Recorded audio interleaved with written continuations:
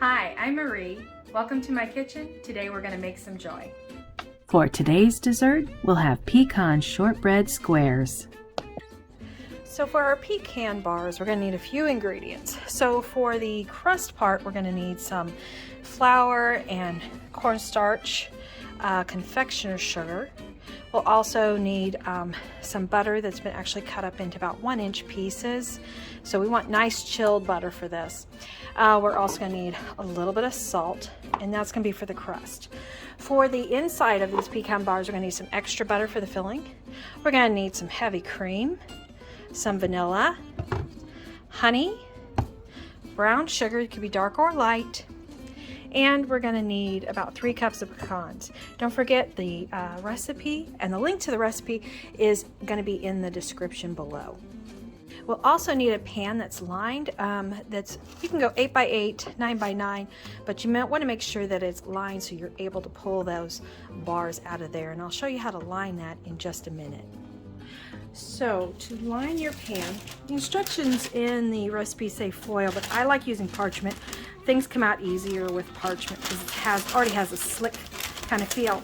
So what I do is measure it along the borders and cut it so it will fit inside. So I cut one piece, it's going to fit this way, and just tuck it into those sides. So basically we're going to put the parchment in here and pull the bars out. I have a second piece that's going to go the other way, so I'm just going to turn it, push it down into the pan, like so. All right. And then just to make sure it doesn't stick on the bottom, I just spray a little bit of Pam on it, just a little, just to give it a double insurance to make sure that nothing sticks to the bottom of this pan. So for the crust, we're going to start by using a food processor, and we're going to put in our ingredients for our confectioner's sugar, our flour,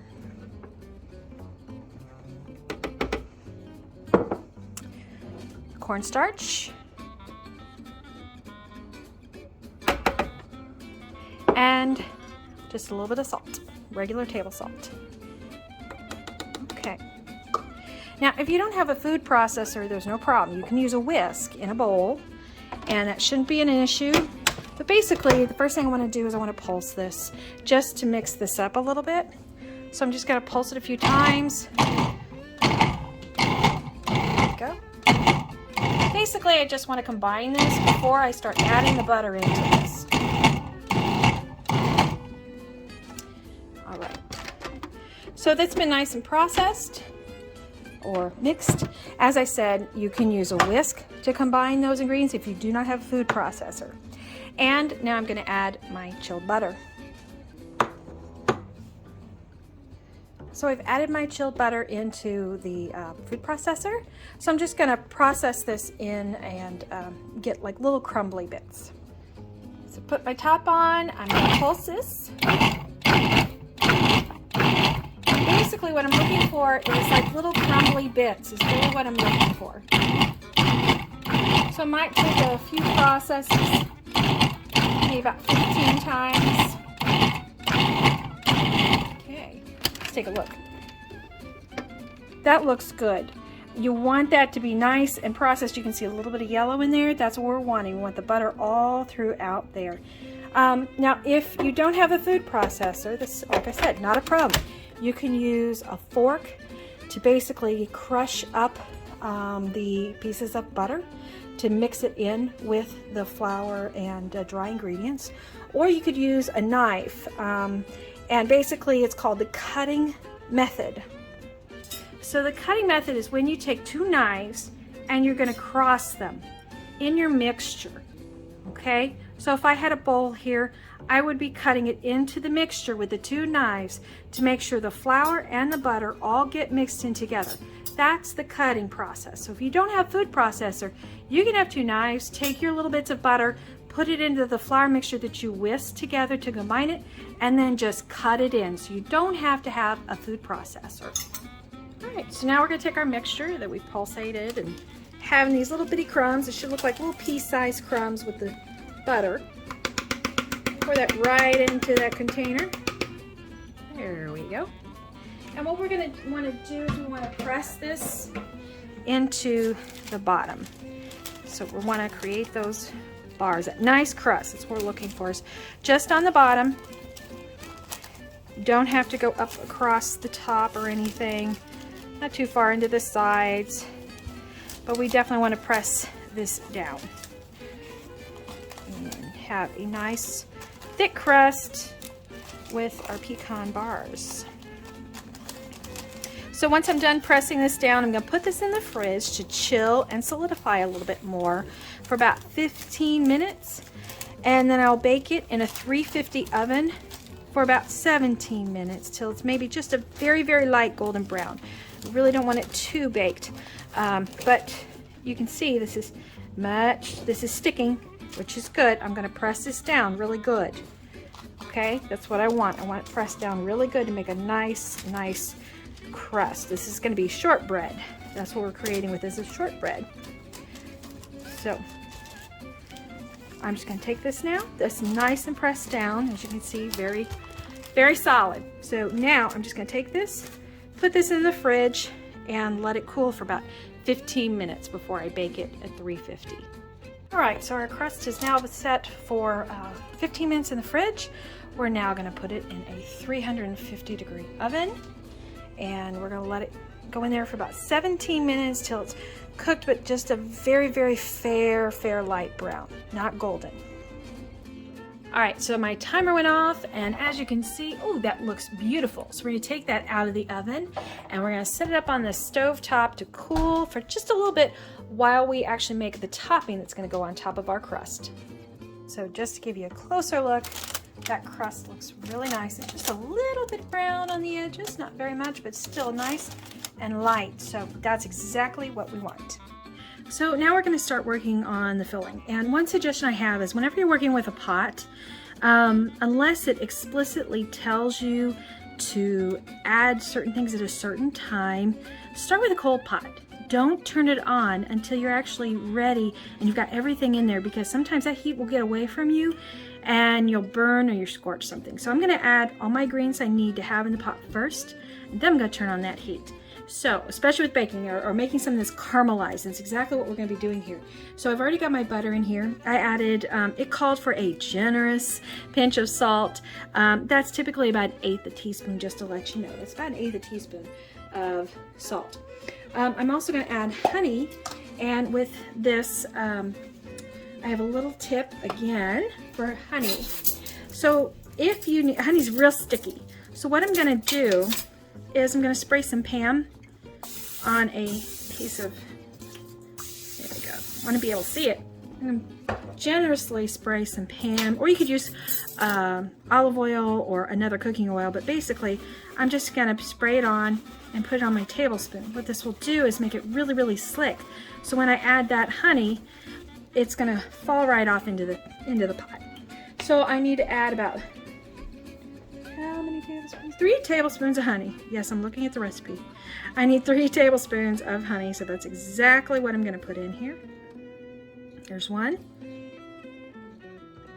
Really sticky. Honey is just so sticky.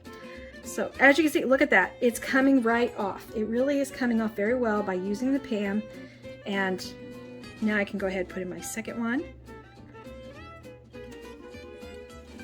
Again, I want to add all this stuff first because heat's going to get away from me and I don't want to burn any of these ingredients.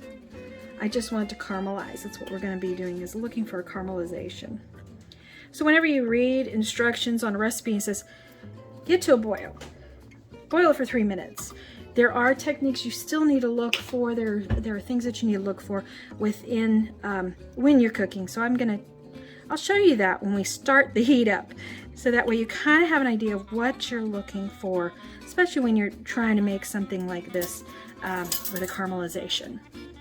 All right, so now I'm going to add my brown sugar. And again, this is packed. You want to pack it so that way it takes up the entire container. You're getting exactly that amount. That's why you want to pack it in there. So that was 3/4 cup packed brown sugar. Again, you can use light, you can use brown, it's up to you. I'm going to now turn on my heat. I'm going to put this on medium. And we want to melt the butter, soften, but we want to melt the butter, and the sugar should start melting as well. That's what we're looking for here. So by keeping on a medium heat, I can keep my eye on that, not have it go too fast, and I can always adjust my heat as I go. Now the recipe calls for it to add all the ingredients together, your vanilla, your the cream. I don't suggest doing that. Here's the reason why. If you want to have that flavor in you want to taste that flavor of vanilla, you want to add it at the end when it's off heat. That's going to make things much better, and it's going to have a much better flavor if you do it that way. So again, I'm just got this on medium. I want to melt that sugar.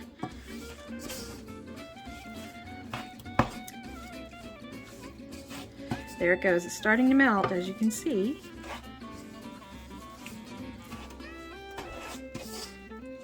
And it goes fast. You definitely want a nice heavy, this is a heavy, even though it's a Tefal, it's still a heavy saucepan. That's what I'm looking for. And the thing is, you want more space. The more space you have, the more control you have over this and getting it the right the right consistency. If you use a really small pan, because you might think, well, this isn't very big, I need a small pan. If you use a small pan, the problem is it'll take up more volume, and you actually can't see what's going on at the bottom. You want to be able to see it. You want to get to that nice boily caramelization. If you use a very small pan, it's not going to work. So definitely use a nice big pan. Allow yourself that room and space. As you can see, everything's melting very nicely. I'm showing you this whole part because I want you to see how it melts together, how it comes together, and the things you want to look for, because you want to melt that sugar down. We want the butter completely melted. We want everything to congeal and come together, and then we're going to see some boiling on this as well. Oops, we want that in there. We want every little bit in there.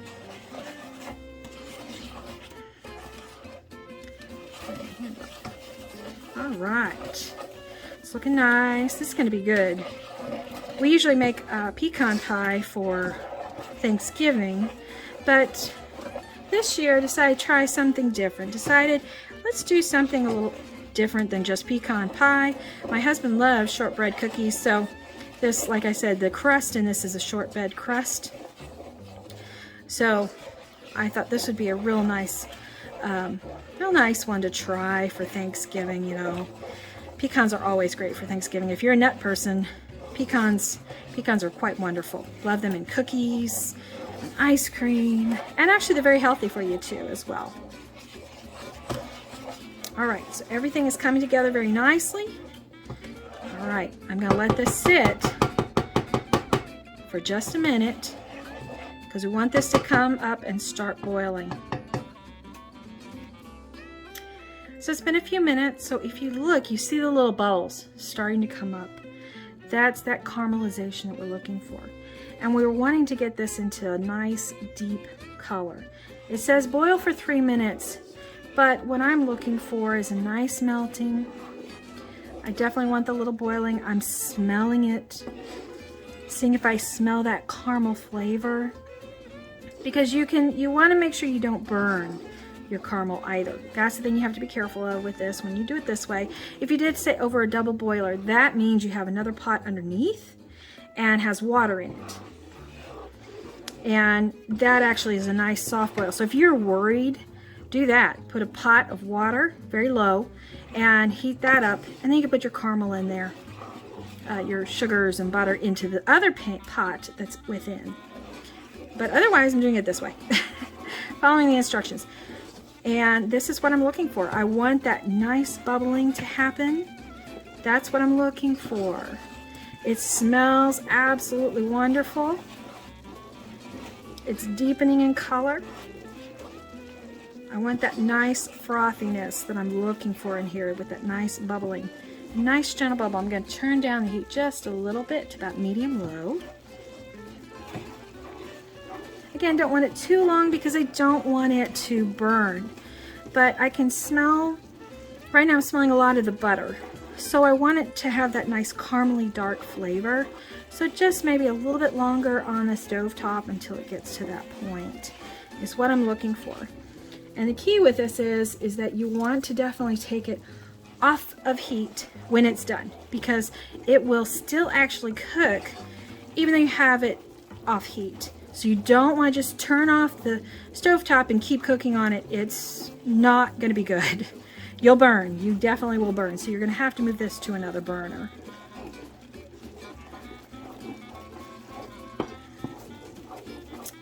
All right, that's about where I want it. So I'm going to turn the heat off and I'm going to move this to another burner. As you can see, isn't that beautiful? It's got that beautiful caramely color. That's what I'm looking for. I want that nice caramely color. Perfect. All right, so I'm going to turn off the heat. I'm going to set this aside. Move this to my other burner now. That's off. As you can see, it's got that beautiful caramely dark color. Ooh, looks gorgeous. I'm now going to add my heavy cream and my vanilla, because again, I want that flavor in there. So this is just going to warm up, give it some nice deep tones, especially with that vanilla. Ooh, that smells so good. I can tell you my husband's going to love this already, so. Oh, it smells wonderful, I'm telling you. And then to this, we're going to go ahead and add 3 cups of pecans. Okay, so we're just going to mix all that up together in here, get all the pecans covered with this mixture. Ooh, that looks so good. Wonderful. Oh, that looks wonderful. Look at that. I wish you could smell it. This just, oh, smells so sweet and caramely. Has a nice milky flavor because you add a little bit of that heavy cream, about 2 tablespoons of heavy cream. The vanilla, the smell of that vanilla smells wonderful too as well. So I'm now going to put this into my pan that's already cooked. It's cooled down a little bit. But I'm going to take this, and actually I'm going to get a spatula because I want every little bit out. Every little bit of that nut mixture right out. So I'm going to first take a pan, pour this on top. It's okay if your crust is hot or warm. At this point it's now probably warm, but that's okay. Oh wow, that just slipped right out. I'm still going to use a spatula to make sure I get every little bit, every little drop out. And you want to kind of work a little fast because this does start cooling and I don't want it to firm up in piles. I want to evenly distribute it over the nice crust. There we go. Just turn this so you can see it too. This works really well. Don't mean to, I've got a little turntable on my stove there, don't I? That works really well. Hey. All right, so I've got my crust. Pardon me, got my inside, my filling. I'm going to take the little bit that I have, because I had a little bit left in here. I want every little drop. This is not to be wasted. I want every little drop in here. There we go. All right. And then I'm going to take care of those pecans. They're on my spoon. I want those too. Spatulas are great for that. They just get every little morsel. There we go. Then I'm just going to make sure and press that in, even it out, make sure everything, I'm going to use my spatula instead. Make sure everything is nice and pressed in there. Perfect. Get it all in the corners. And then I'm going to go ahead and put this in the oven at 350 degrees. And we're going to bake this for about 20 minutes. So while my pecan bars are baking, I've just set up a rack area, just with a little rack and a towel to absorb any of the heat. But basically I want to let those bars completely cool before I cut through them or remove it from the actual pan. Yeah, so I want them completely cooled before I cut them. So it's been 20 minutes and I'm going to now let this cool completely on the rack. I'm going to give it 5 minutes on the stovetop and then move it over to that rack I set up and let it cool probably about 20-30 minutes until it's completely cooled, and then we'll pull it out and cut into these. So it's been 20 minutes. I've let this cool on the rack. So I'm gonna still let it cool because it's not completely cold, but I'm gonna mold this. And you just pull up from the parchment, kind of help it out a little, just like that. And look, came right out. So that's why you want to do that parchment. It's going to look really fabulous once this is done. But I'm going to let this cool completely in its shape in the parchment, away from the pan, because the pan is still just a little bit hot. But look, see, pretty clean, just a little bit of caramelization, but it kept it really, really nice and clean. So these are going to be fabulous when they're completely cooled. So our bars have now completely cooled, as you can see. And we're going to cut these about 2 inches. Ooh. Use a serrated knife. Serrated knife will go through very nice, and this is cutting so nice. I'll tell you what, it really is. So we're just going to cut these, like I said, into about 2 inches.